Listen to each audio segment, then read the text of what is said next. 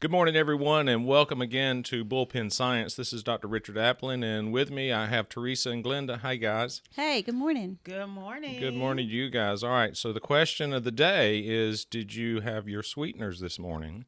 Not yet. Not yet. No. We had a request a few weeks back from some people down in Tuscaloosa to ask us to talk about sweeteners. Mm-hmm. And so we started doing research, and oh my goodness, it's like we opened up Pandora's box. Seriously. Yes. Overwhelming amount of information. There is we would have to do a month-long series to get in all the good information that we found. It's incredible. Mm-hmm. It is really. Yeah. And to think that we continue to create these chemicals with this idea that we are helping people lose weight. Yeah. It's just ludicrous. Well, it is. It is. Aspartame is probably the most widely used sweetener in this day, and it was initially created for those who did not want to add calories because they seriously wanted to try to lose weight. Mm-hmm. Good way to keep your soft drinks in your diet without gaining weight. Right. When in fact, studies show that it's linked to weight gain. Weight gain. That's not fair. No. It's not. It is shown to block some enzymes in your gut that actually help you lose weight. You know what? You say that, and I remember looking. Now this is way back, this is in the 90s, but I remember seeing the back of, say, sugar-free candy. Right. Y'all remember what it says on the back of the package? Do not consume too much of this. It may cause a laxative effect. Right. Do you remember that? Oh, that was sucralose.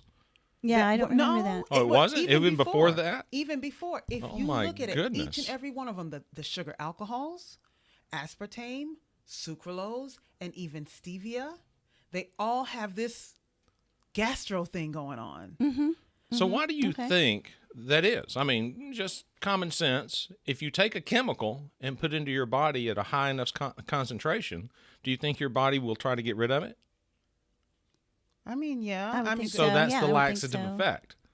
So we're just trying to rid the body of something that's completely foreign. Got it. That makes sense. Yeah. So let's go back and talk about sweeteners. I remember when my mother was alive that the doctors were saying, well, it's because you're diabetic, you can use fructose instead of sugar, and you can use all you want because fructose doesn't affect the pancreas. Well, Yes. that's true, but the problem is that it damages the liver. And so this notion of giving someone who, is as a diabetic, giving them fructose is just ludicrous. I can only guess what doctors were thinking because fructose comes from fruit, right? Yes. Right. Fruit is natural, is it not? Exactly. Right. But remember that even though, let's just take grape juice, right? Even though it's natural, you take grapes, you put them in a juicer or a blender or whatever, and you grind up these grapes and you get a cup of grape juice. You want to know how many billions of grapes you got to put in there to just get a cup of grape juice? I mean, seriously, we were not really designed to take in that much sweet. Why is it that sugar and sweet is such a big deal? Right. Because somewhere somebody's wanting to gravitate towards artificial sweetener because we hear all these bad things about sugar. Right. It's a neurotoxin. High fructose corn syrup is this. It's like, why is it that we are so on this sweet kick anyway? Well, one of the reasons is sugar's a neurotoxin. Mm-hmm. So it's an excitotoxin also. And so it really jacks up your brain. And so we have this constant craving for sweets because we need that excitatory response, all right, in our lifestyle. Oh, and so now you got to look at the lifestyle. Yeah, the sugar Right, rush. right. And what is the problem you see with kids when they eat a lot of candy, Halloween, They want more. when they start loading up on the candy and then they crash in the floor. Yeah. The reason why is because it's totally not normal to do that. But we use that sugar to excite our brains. So the question is why do we need our brains excited? And the primary reason is because we don't know how to calm it down. Right. And that is an ongoing issue. So what do we do in our linear science? Well, we'll just make something that doesn't have the caloric impact of sugar. We won't change the process that's causing the problem. We'll just try to modify or, manage, all right, the consequence of that problem. That is that is very familiar. Yeah. That just whole line of thinking, that's really familiar. So, you talk about sugar that comes from sugar cane, which is natural, Right. right? We talk about even when sucralose first came out, I think they were saying, "Oh, it's made from sugar, so it tastes more like sugar. It doesn't taste like equal because, it's made or derived from sugar." And even high fructose corn syrup has been under attack recently. All these things, all these sweet, but nobody's doing anything. Nobody knows. Nobody wants to acknowledge why we are all fiending for sugar. Exactly. My assignment was I looked up stevia because, hey, stevia is the natural one. Out of all of these sweeteners, stevia is the one. That's what we doing. What is the natural? That's the natural one for today, And right? so- Okay, right. Yeah. Okay, So what did you find out about stevia? Well, let me tell you what I found out. I found out a few very interesting facts. First of all, in all of the articles that I read, they say, the Truvia or the packets that you get in the store, maybe if it's Walmart brand or even Splenda has one now, they say it's barely stevia. It's barely stevia. Really? Wow. 1% of that packet Yeah. is actually stevia. And whereas stevia, the plant is 30 to 40 times sweeter than sugar, that packet is 200 times sweeter than sugar. So what happened in this process? Yeah. Wow.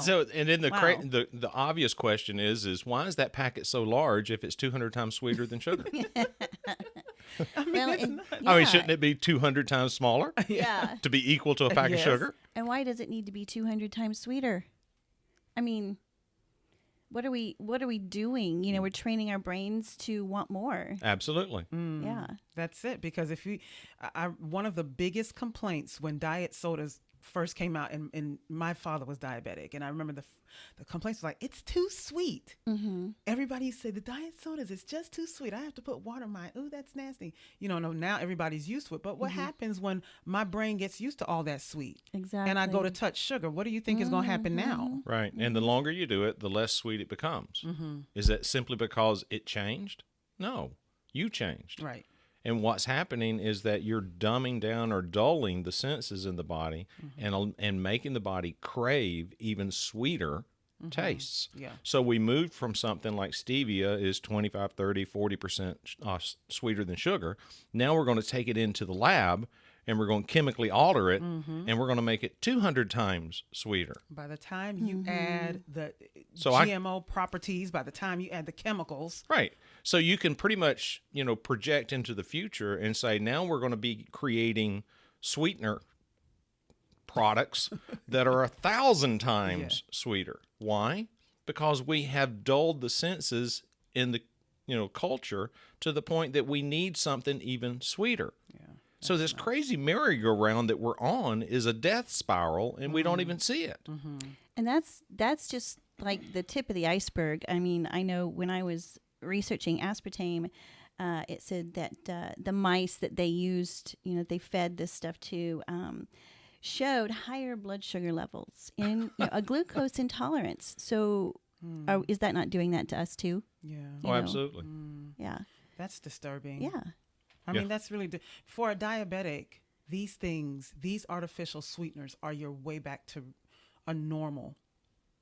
Right. You Well, know- that's what they call normal. Right. Right. But their normal is actually creating a victim out of the individual.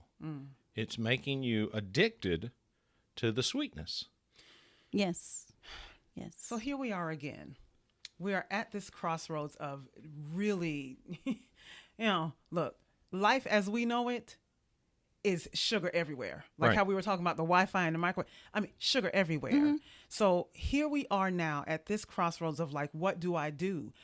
I tried to not eat sugar because it's a neurotoxin, or I am diabetic, so I cannot eat sugar, right? Right. So this was my alternative, and now you're taking the alternative away from me. So what is our solution? Right. What is it that we do?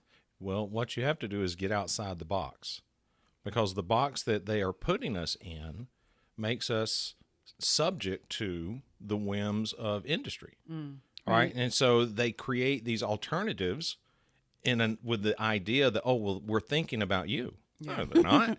They're thinking about the Oh, no. almighty dollar. Absolutely. So if you really want to make a change, you have to think of this whole issue in a different way. The process that leads you to the addictive behavior is really the problem. Yeah. The addictive behavior can be managed using chemical alternatives, which is what they're doing, but they're not changing the process. So you really have to learn how to do one thing, and that's calm down the mind. Right. So you're practicing your breathing, which is one of the things that we talk about in the practice. And, that is a manual override for the system. But learning how to properly function in this world actually will decrease that need for sugar. All right. The body, it's not natural to crave sugar. Right. Okay. That's the reason why, the fruits we were talking about yesterday, that the sweetness in the fruit should be enough. Right.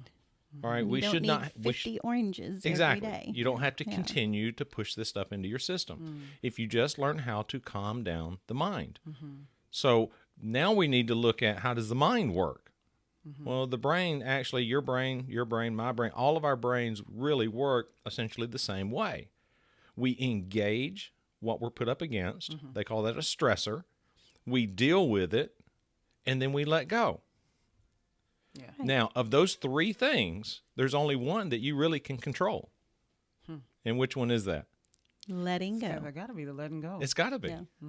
All right, because the engaging aspect of it is a reflex. How much space you have is pretty much a constant.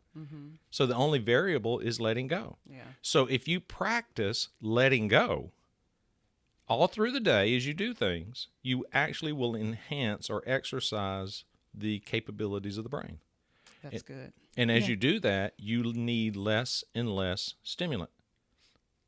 And so that sugar addiction, all right, that chemical management actually becomes less and less dominant in your life until finally you get to a point where it's just not there anymore. It's good. That's good. Yes. All right, so I have a couple of things I wanted to cover, just tidbits of information. One was the size of the packet, which I think is astounding.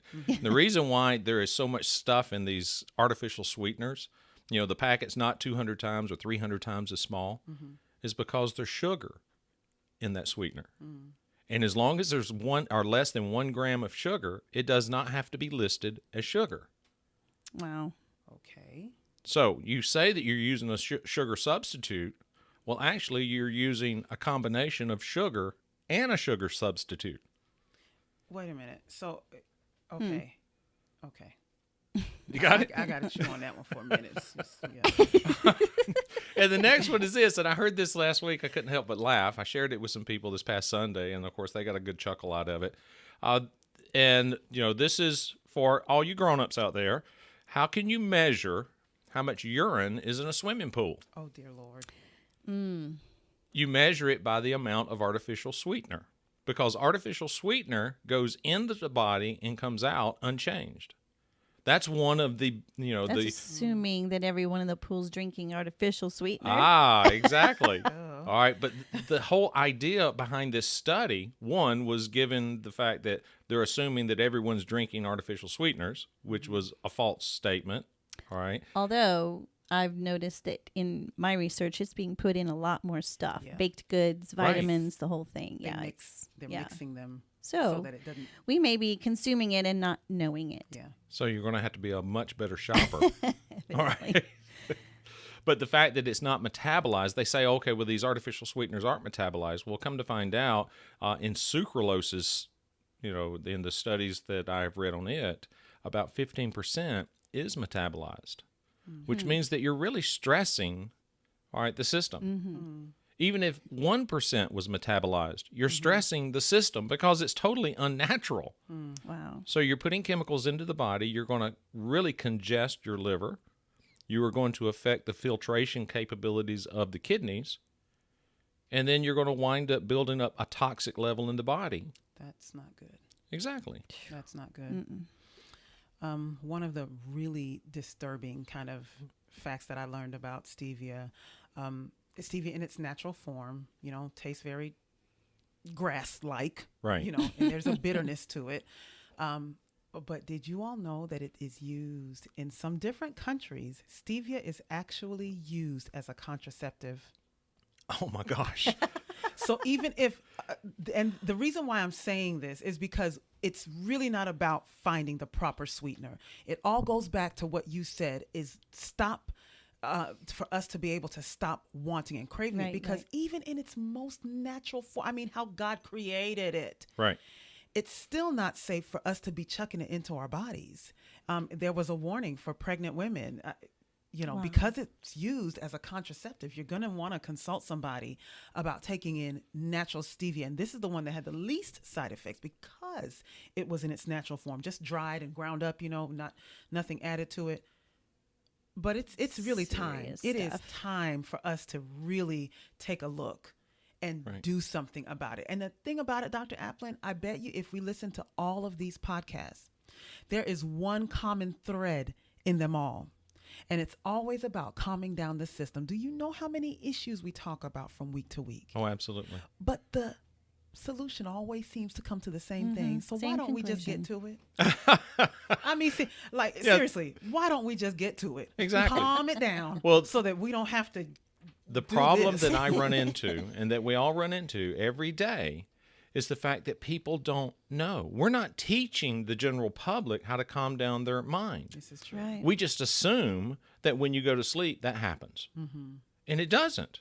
Right. We're well beyond the ability or the capacity of the system to repair itself when we're asleep. Because just ask anyone, do you sleep all night? No, I get up and go to the bathroom. How many times? Oh, it could be anywhere from 1 time to 5 times. Well, that clearly tells you that the person is not allowing their brain to go into rest. Right. And so if you do this over and over again, it becomes so prevalent that people just assume that that's normal. Yeah. And it's the farthest thing from the truth. The truth is that we need to learn how to relax our mind after we finish a task. I talk about the fact that when you do something, it's sort of like juggling a ball. And instead of putting the ball down, you may get tired of juggling it, but instead of stopping and putting it down, you just pick up a different colored ball. And so now you're juggling that different colored ball, but you forgot that you were juggling this first ball. And how many balls can you juggle before you start dropping them? And when you drop those, that's a malfunction in the body.